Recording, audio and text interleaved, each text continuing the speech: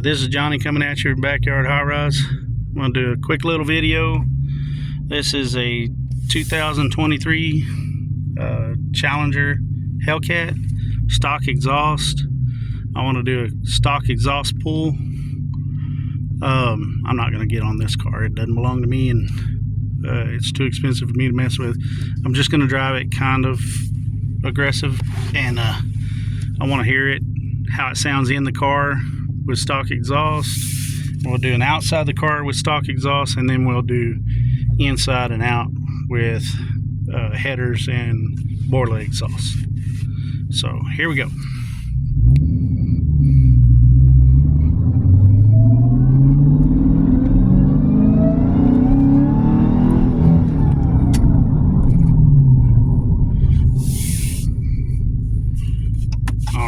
So just a quick little short pull. I'm not trying to abuse the customer's card.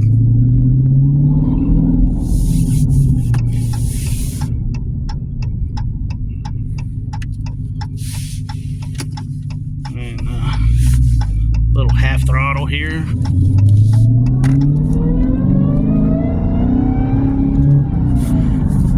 Alright, it's hard to shift with one hand, so I'm only doing first gear pulls. So anyway, there we go. We'll get a video of how it sounds outside the car, and then we'll get another video of how it sounds with the new exhaust. All right, a little rev in the neutral.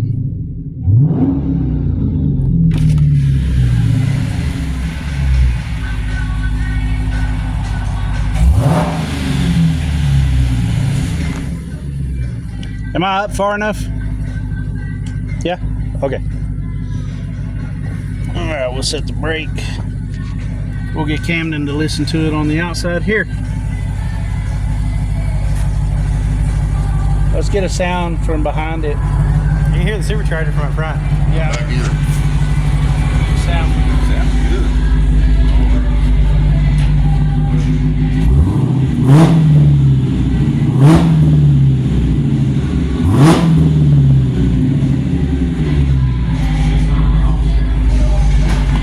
Alright, this is a 2023 Dodge Challenger Hellcat. It is the Jailbreak Edition. It is a beautiful color. It is completely stock, low mileage. I think it's got 5,000 or 6,000 miles on it. We are going to do Kooks headers and Borla exhaust on it. So I just want to get a quick video of how it sounds stock, and then I want to get videos of how it sounds with the new exhaust on it when we're done. Look at this beautiful car. This thing is beautiful.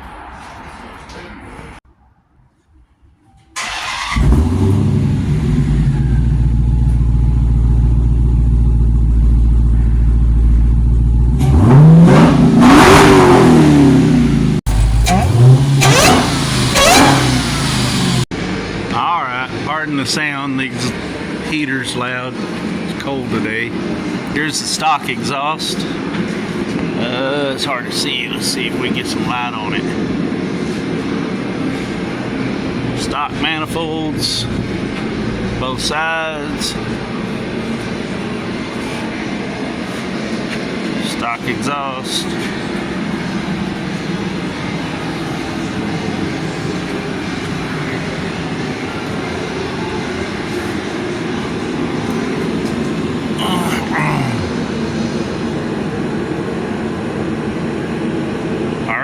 Out with the old. Okay, on these we want to start from the back and work our way forward. You loosen these little clamps and the tips will come off, and then there's a bolt right here. We take the bolt off for the rear clamps, and we got stands under it so it won't fall. We pop the hanger out of the rubber right in here on each side. We come up here, we loosen these clamps. And it does take a little persuasion. We've had to tap on it with a hammer. We take a piece of wood and stick between those and hitting on it with a hammer. That way we don't dent anything. This is the old exhaust, but they may want to keep it, so We don't want to damage it any. We take these off and we spray these with WD-40 so that they'll slide a little easier, although it doesn't really seem to be helping. So it looks like we're fixing to go ahead and remove that the rest of the way. I think you're almost there. Oh, you already got it off. Yeah, so see, it came off pretty easy once we got all the hangers loose and everything. All right, now we can grab a corner and set it down on the ground. All right, it's gonna be kind of hard to see, but here we go.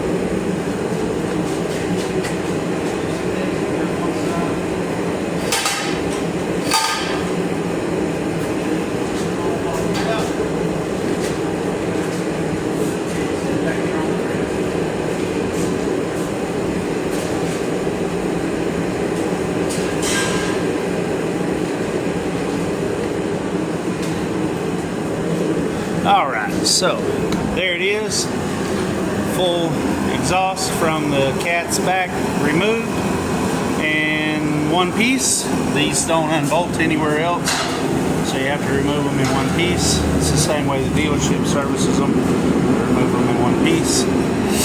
So now we'll move up here. The rest of this might not be too difficult. We got a couple, let me see, focus. We got a couple bolts in the flanges here. Got to remove our oxygen sensors here, and we'll get these two pipes off. So these are actually individual pipes, so we don't have to take these off altogether because it's there. Actually, I left and a right. So what Cam's doing right now is going to remove the bolt. You grab that side. Hey, did you take the throttle and brake oxygen sensors?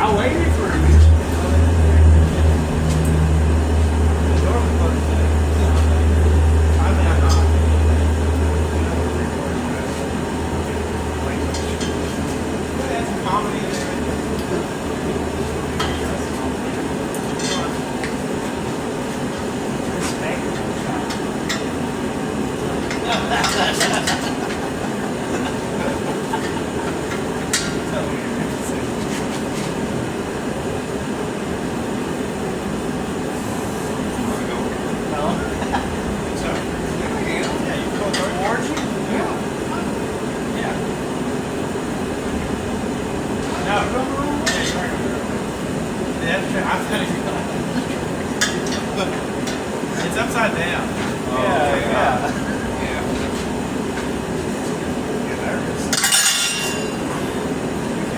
I got it.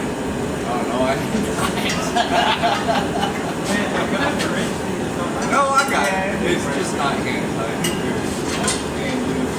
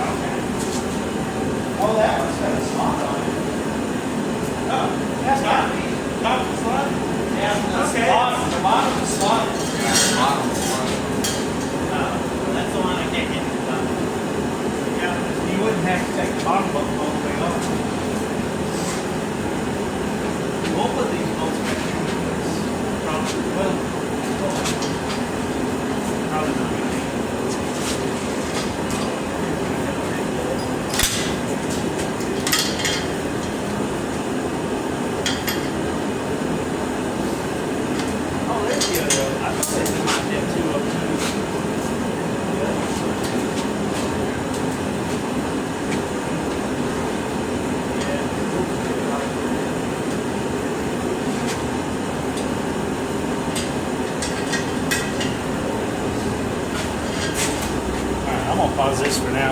Get the gist. What's going on? Okay, so we had to pull this little cover off, sitting right there on the floor, to gain access to the bolts. They're going to be somewhat difficult to get to. Can't even see it in the camera. There it is. See, right up in there. Those are the exhaust manifold bolts. So it looks like the hardest thing about this is going to be doing the actual manifolds and the headers. But yeah, there's the bolts. They're going to be fun. We got the oxygen sensors already unplugged on both sides. We'll just take them out with the manifold since they're kind of hard to get a wrench or anything in there. We do have a socket, but we found that the wrenches usually work better. So pull that aside and you can see the bolts up in there, and they can be accessed from down here. In fact, you cannot access them from up above at all. So anyway, that's where we're gonna go. So what we've decided to do, we're gonna take this steering shaft out and give us more room, more clearance, and I'm assuming that we're gonna need it out to run the other header in there anyway. The headers are pretty darn big. So we're going to make a paint mark right here. That way we know we get it lined up. I'm assuming this will probably only go on one way, but just in case it doesn't, we're going to make a paint mark right there. Well, I didn't have a paint marker, but I do have a Sharpie. And it'll be easier to get wipe the Sharpie off when we're done. So it's hard to see in the camera, but we can see it just fine. And then we're going to let it down. We'll turn this light off for right now. And we're going to let it down. So anytime we take the... oh, I locked the door. Anytime we take the steering shaft loose, before you do it, you want to secure the steering wheel so it doesn't turn. I've seen lots of people tape the steering wheel to the signal light switch or whatever. I don't like doing that because it's possibly could damage this, you know, if it was to try to turn them. These things aren't that, you know, durable, so, you know, it could break.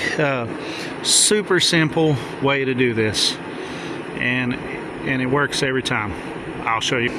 So we just take the seat belt, wrap it through the steering wheel, latch it. That'll keep the steering wheel from turning. Super simple. No sticky tape mess to deal with. Don't have to worry about breaking that. Super simple, and everything's already there. You don't have to look for anything or whatever.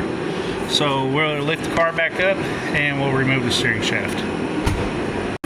So I don't believe I need to take it completely off.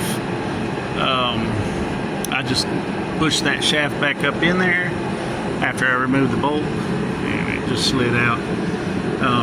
We might have to take it loose from the joint there, but I don't really think we're going to have to. So continue on. Now we got to take them bolts out. Okay, so we decided to take the starter off and the knock sensor off so we could get to the bolts up in here easier. That gave us a little more access. We took the knock sensor off. Sorry about the shaky camera. We took the knock sensor off this side as well to get to the bolts a little easier. That did help. It made a lot of room, so we're going to continue on. Got a problem with the chop. All right, we're about 5 hours in.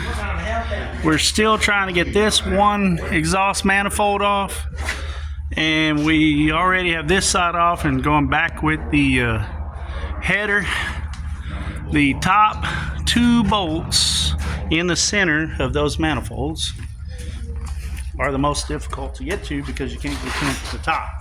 You have to get through them from the bottom, so you have to reach your arm up past the back side of them and get in there. But we're getting it. It's coming along. That's where we're at. All right, man. They are installed. Cameron and Alex worked their butts off today. I got the steering shaft back in. We have the knock sensor back on. Yeah, focus. There we are. I don't think you're gonna be able to see the knock sensor on this side. Maybe. Yeah, there we go.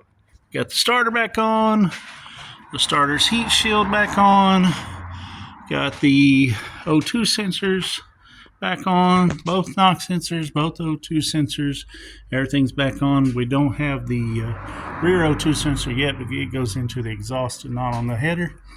Naturally, it goes either in or behind the new converters. Man, let me tell you guys, those top two center bolts on each side were mother bears. They were something else. They're next to impossible to get to. And if you quote this job, if you're doing this job and you quote this job, quote it at about 15 hours. Well, probably about 10 hours total. Start to finish, 10 to 12 hours. I didn't quote this job near enough, but that's okay. It's no big deal. So there's all the old stuff. Old manifolds, old downpipes with converters, old exhaust. That all comes off in one piece. There's no way to separate it other than cut it apart, and nobody wants that. These are the manifold bolts I'm talking about. Oh, got my thumb in the way. So these two bolts in the top they're super difficult to get to. You damn near got to be a contortionist to get to them. Same on this one. These two bolts here on the top, you just darn near cannot get them off. There's no chance of getting that stuff from the top. So everything has to be done on the bottom, which is what we more or less figured out. I mean, we knew that was going to be the case when we took the job on, but aren't they pretty? They're so pretty.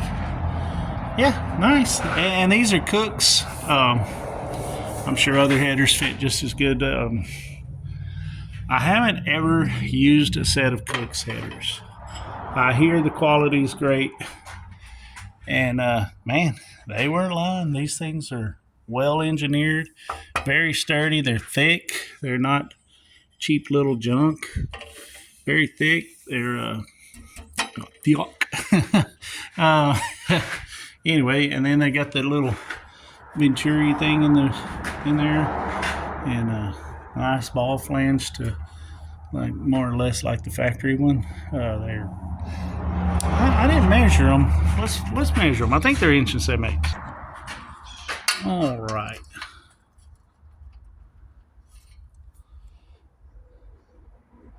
Focus. We are at, I can't see it in the camera. We are at 2 inch. Whoa. Is that right? Oh, wow. That's a 2 inch header. Yeah. Hot dang, that's a big old sucker. I thought they were 1 7/8. Cool. 2 inch headers with a 3 inch collector. And then I'm assuming the Borla is going to be 3 inch. The factory exhaust is 3 inch. I wouldn't see it being smaller, that's for sure. So anyway, tomorrow we'll do the exhaust. It took all day to do the headers. We are officially about, we personally are only about 9 hours into the job. So, you know, if you wanted to quote it at 10, you would probably be safe, because I don't believe the rest of the exhaust, unless it just fits horrible, which Borla usually don't have that problem with Borla.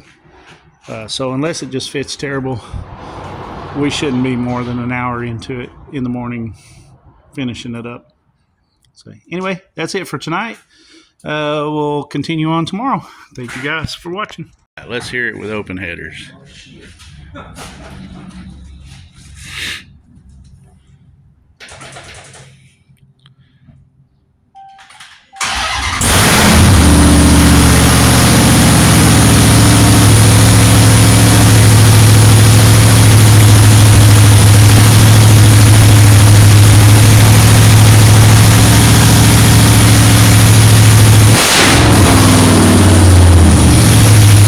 here's the Borla. What is it called, Cam? Attack. Borla Attack exhaust kit. The lead offs with the cats came with the headers. So this stuff is Kooks. This all come together, and then from the X pipe back, it's all Borla stuff. So here it is, all laid out. All we gotta do is start putting it in. All right.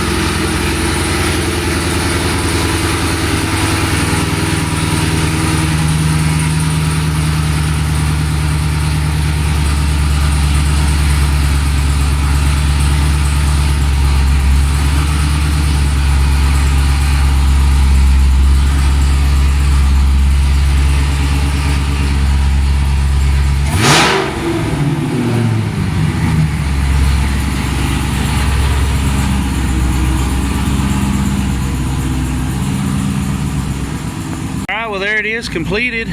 We'll go on a little test drive, see how it sounds from in the car.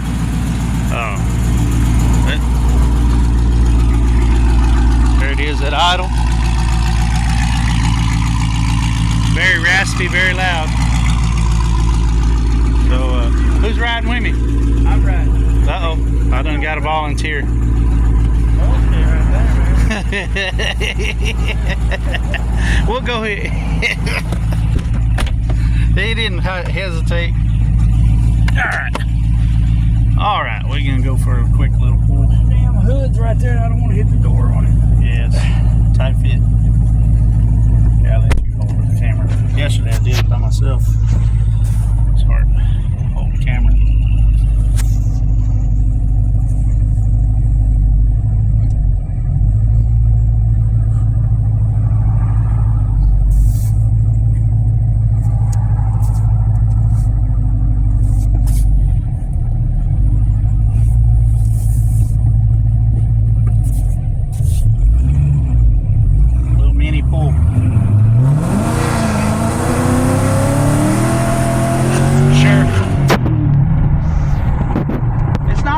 I thought it was going to be louder in the shop. Yeah. He's going to pull me over. Is he? Yeah. Alright, there it is, all installed. 2-inch long tubes, 3-inch collectors, both sides. Runs down, goes into the Borla exhaust to the X pipe, crosses over. Comes over here, got the Borla muffler, stock tips. It all fits very well. All in all, we're about 12 hours in. Complete, done. We drove it already, pulled it back in, retightened everything, make sure everything was still tight, and should be good to go.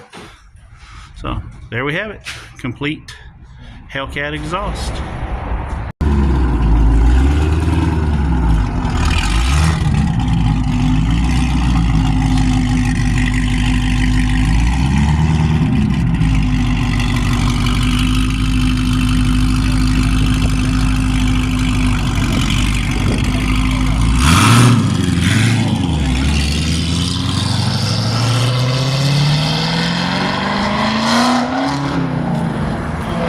Well, that's going to do it for this one. I do apologize for the short and choppy videos. Some of them didn't come out right, or was just obscured, or just whatever. I'm terrible at this stuff.